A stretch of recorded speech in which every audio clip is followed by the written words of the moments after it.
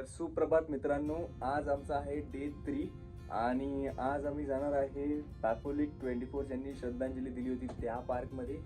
त्यानंतर आम्ही जाणार आहे ॲसेशन क्रँडलमध्ये आणि नंतर मग आम्ही कोकटोबेला जाणार आहे. कोकटोबेला काही ॲक्टिव्हिटीज आहेत त्या आम्ही करायचा विचार केला आहे, तर बघूया. आत्ताच बाहेर निघालो आहे. पहिलं तर नाश्ता शोधतो, तर खूप भूक लागली मला, तर आम्हाला काही मिळालं नाही.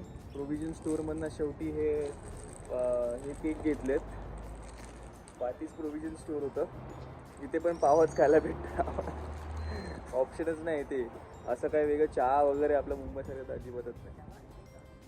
तर मित्रांनो, हे जे तुम्ही चर्च माझ्या पाठी बघतायत त्याला एसेन्शियल कॅथड्रल म्हणतात.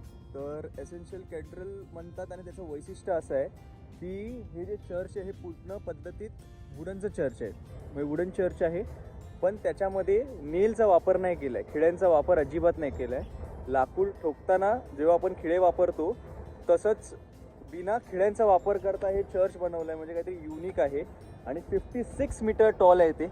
आणि ह्याला रशियामध्ये झेनवॉक कॅथड्रल पण असं म्हणतात. तर त्याचं आर्किटेक्चर तुम्ही बघू शकता आणि आजूबाजूचा व्ह्यू पण बघा किती सुंदर आहे. म्हणजे एकदमच छान असा व्ह्यू आहे. आणि हेच चर्च, रात्री पण छान व्ह्यू येतो या चर्चमध्ये. लाईटिंग्स वगैरे असतात रात्री, पण डे लाईटमध्ये अजूनच चांगलं वाटतं ते चर्च. तुम्हाला आतनं पण मी चर्च दाखवतो.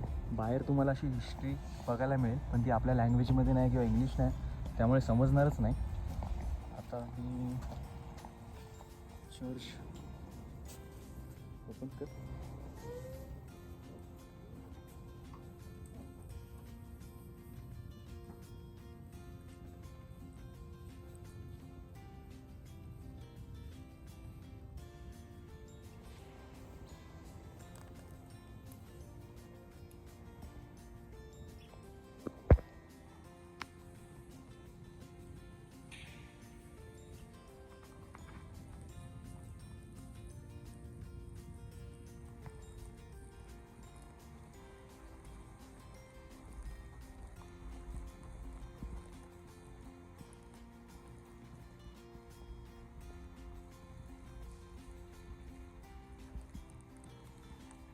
जास्त शांत आहे.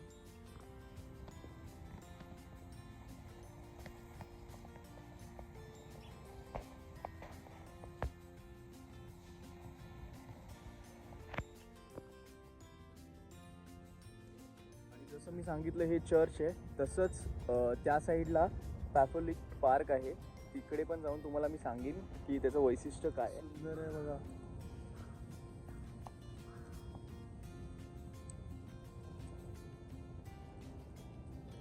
अजून एक राऊंड मारून येणार ते बर्ड्स.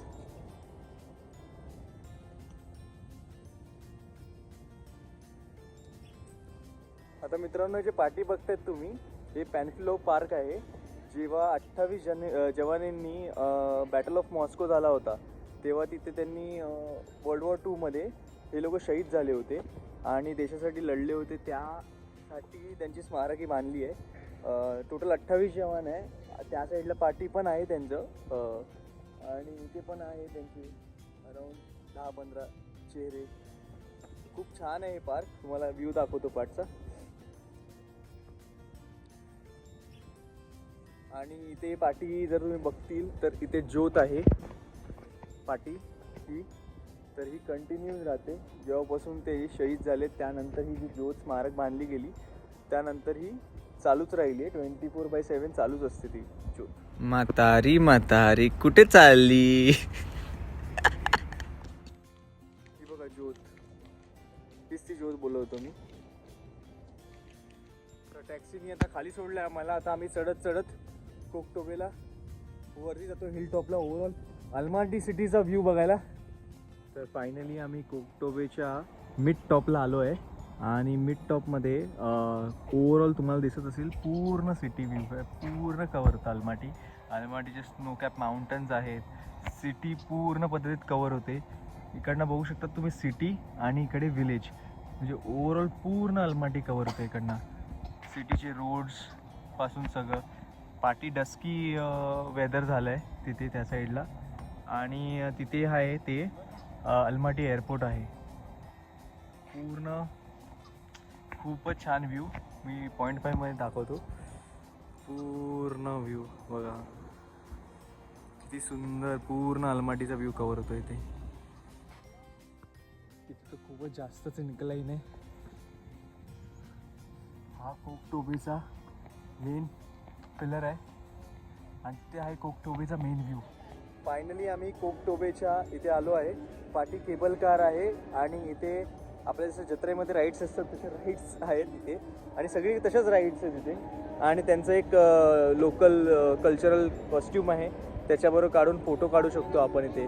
आणि नॉर्मल रेस्टॉरंट्स वगैरे सुद्धा आहे इथे. इथे रात्रीचा शो होतो कोकटोबेचा. आणि बस बेसिक रेस्टॉरंट्स, बेसिक ॲक्टिव्हिटीज आणि थोडेफार गेम्स वगैरे आहेत. एन्जॉयमेंटसाठी खूप चांगलं आहे कोकटोबे. सध्या ज्यामुळे मार्केट डाऊन आहे ते साहेब आमच्या पाठी उभे आहेत, ते बघा. तर हे केबल कारचे प्राइजेस आहेत.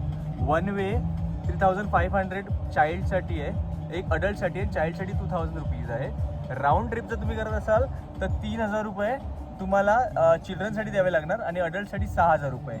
फेरीज बिलमध्ये त्यांची कॉस्टिंग आहे 700 फॉर रिटायरी, 1 चाइल्ड 1500 आणि 1 अडल्ट 3000 रुपीज. जर तुम्ही इकडनं बसने जायचा विचार करत असाल तर बस थोडी चीप पडते कम्पेअर टू केबल कार. तर त्याचे पण चार्ट दिला आहे, तुम्ही स्क्रीनशॉट काढून घेऊ शकता त्याच्यासाठी. हा कोकटोबेचा टॉप व्ह्यू आहे. पूर्ण सिटी, इथे रेस्टॉरंट्स आहेत काही आणि एव्हरी मिनिटला केबल कार इकडून तिकडे जाते. त्यामुळे केबल कार तुम्ही प्रेफर करू शकता जर तुम्हाला डिरेक्ट सिटीला उतरायचं असेल तर. कॉस्टिंग मी मगाशी दाखवलीच आहे तुम्हाला. आणि पूर्ण सिटीचा व्ह्यू घेता घेता तुम्ही जाऊ शकतात.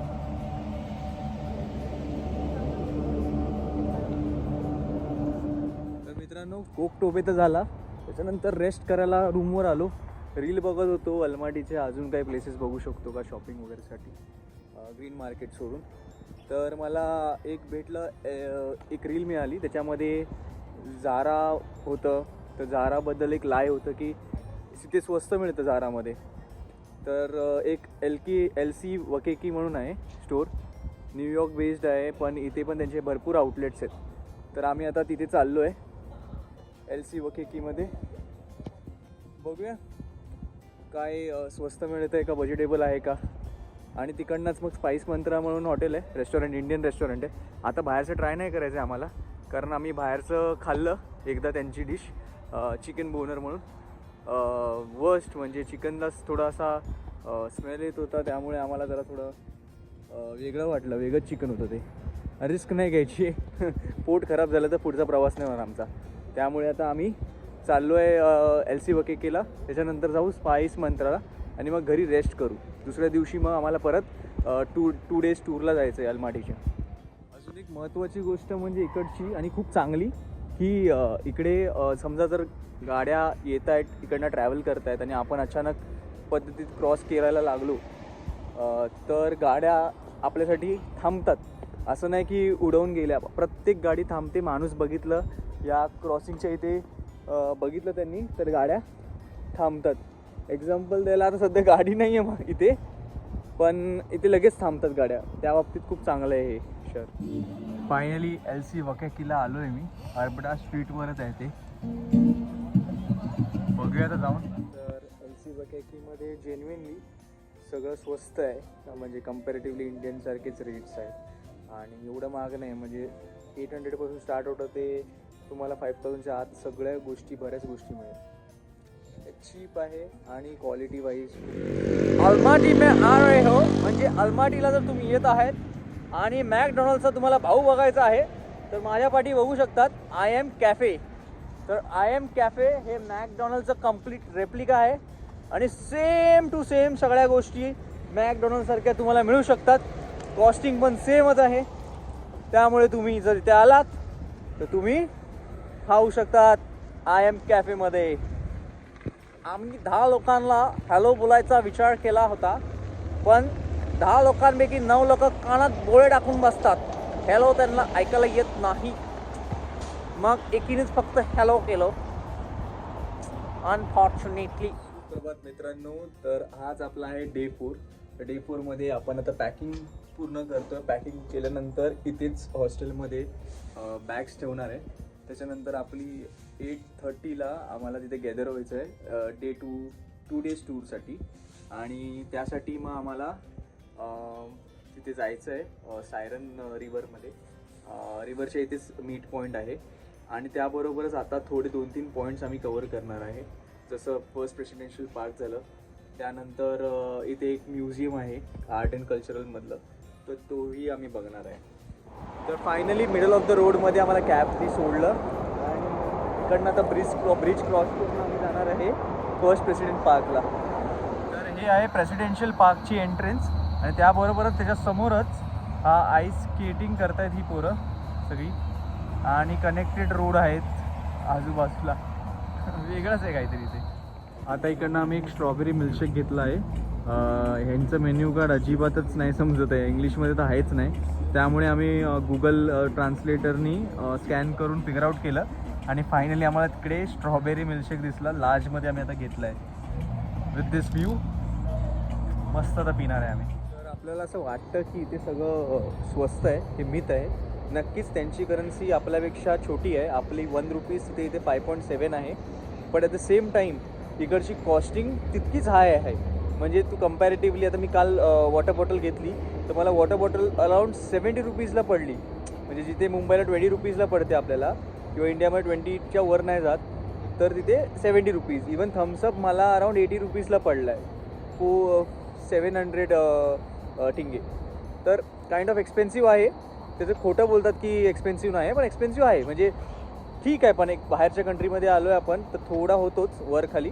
बट हां, एक्सपेन्सिव्ह आहे. असं नाही आहे की त्यांची करन्सी म्हणजे छोटी आहे त्यामुळे ते रेट पण छोटे असणार, असं काही मिथ आहे. इवन बसमध्ये आपण 4-5 दिवसासाठी येतो तर आपण बसमध्ये कार्ड काढत नाही. तर कार्ड काढत नाही त्यामुळे आपण कॅश आपल्याला डबल द्यावी लागते.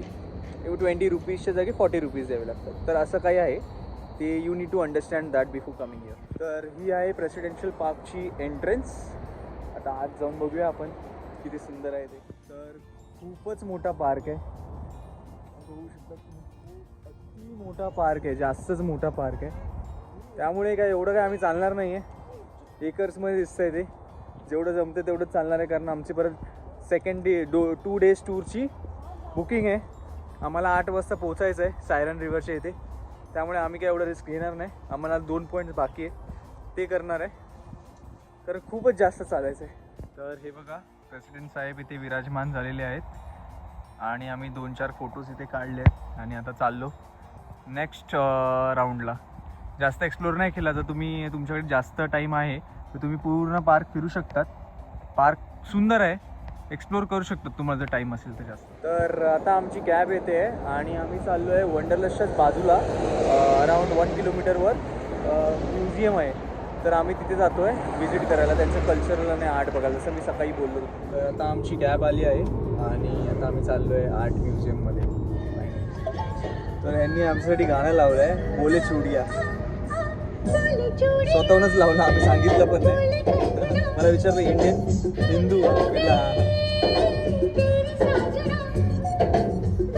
फायनली आम्ही इथे पोचलो आहे म्युझियमला आणि बघूया आजचं.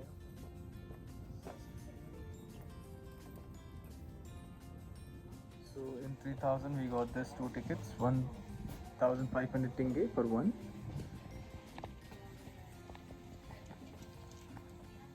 त्यांचं आर्ट आणि म्युझिक्स आणि कल्चरचं एक म्युझियम आहे हे.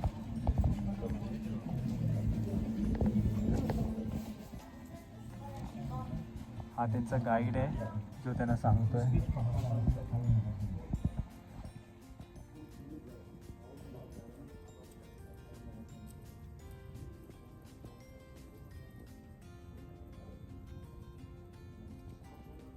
हे त्यांचे शंख आहेत आणि रीड म्युझिकल इन्स्ट्रुमेंट क्लेचा बनलेला आहे. त्यातल्या त्यात जे इन्स्ट्रुमेंट्स आहे त्याच्यामध्ये मला हा युनिक वाटला, कारण ह्याच्यावर माउंटेन गोट्स आहेत आणि हे असेच स्टिक राहतात तिथे वरतीच बेस लेअरला आणि वाजवताना एक वेगळाच रिदम येतो.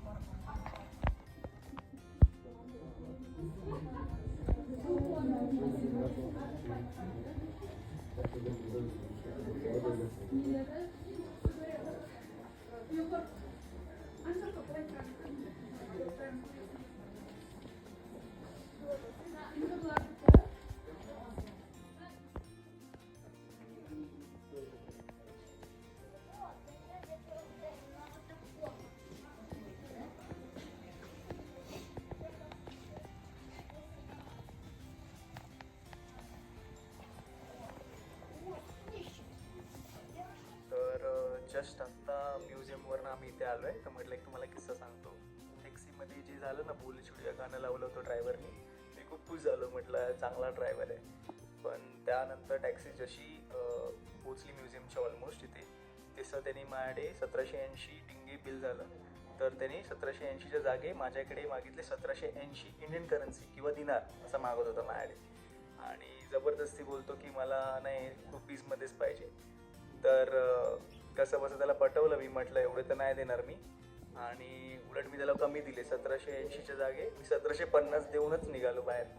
म्हणजे तुम्हाला थोडं बोलावं लागेल इथे. समजा जर असे कोण असतील अशी लोक इथे, तर थोडं जरा तुम्हाला स्ट्रिक्ट राहावं लागेल, नाही तर तुम्हाला उल्लू बनवू शकतात. तर मित्रांनो, आम्ही आता ऑन द वे आहे शेरन रिव्हरच्या इथे. So here we are at the meetup point. आणि आता जस्ट बस आली आहे. लगेज वगैरे पाठीस ठेवलेत आम्ही, आणि 2 मित्र पण लगेच झाले. एक सिंगापूरवरनं आलं आहे, एक दुबईवरनं आलं आहे. मस्त लोक आहेत. फायनली एवढ्या वेळेनंतर थोडंफार इंग्लिशवाले किंवा हिंदीवाले भेटलेत आपल्याला. कंटाळलो आहे मी लोकांना समजून. लँग्वेज पण इथे कोणाला समजत नाही. त्यामुळे आता फायनली भेटले. 2 डेज थोडे माझे व्यवस्थित जातील मे बी. तर बघूया आपण. आता सगळ्या बसचे काउंटिंग चालले आहेत. सो बस आता पेट्रोल भरायसाठी थांबली आहे. आणि मी इथे मग तोपर्यंत बर्गर किंगला आलो आहे खायला. आणि मी हा बर्गर ऑर्डर केला आहे, एक कॉम्बो आणि एक सिंगल फक्त बर्गर ऑर्डर केला.